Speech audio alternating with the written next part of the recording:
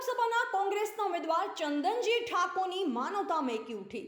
પાલડીથી આગાર તરફ જઈ રહ્યા હતા ત્યારે રસ્તામાં એક દિવ્યાંગ મહિલા તેમના ટ્રાઇસિકલનું ટાયર નીકળી જતા રોડ પર પટકાતા ચંદનજીના ધ્યાનમાં આવતા તાત્કાલિક પોતાની ગાડી ઊભી રાખી આ મહિલાને મદદ કરી તેમને સાંત્વના આપી 108ને જાણ કરી તેમને સારવાર માટે દવાખાને ખસેડ્યા હતા।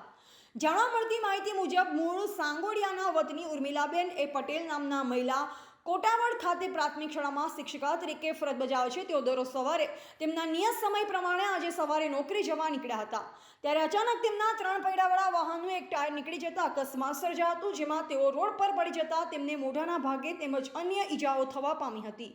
જો કે આ સમય દરમિયાન લોકસભા કોંગ્રેસના ઉમેદવાર ચંદનજી ઠાકોરની ગાડી ત્યાંથી પસાર થતા તેમને આ દ્રશ્ય જોતા માનવીય સંવેદના સાથે તાત્કાલિક પોતાની ગાડી ઊભી રાખી આ મહિલાને મદદ કરી માનવતાનું એક ઉત્તમ ઉદાહરણ પૂરું પાડ્યું છે। રિપોર્ટર અલ્પેશ રીમાડી, પાટણ।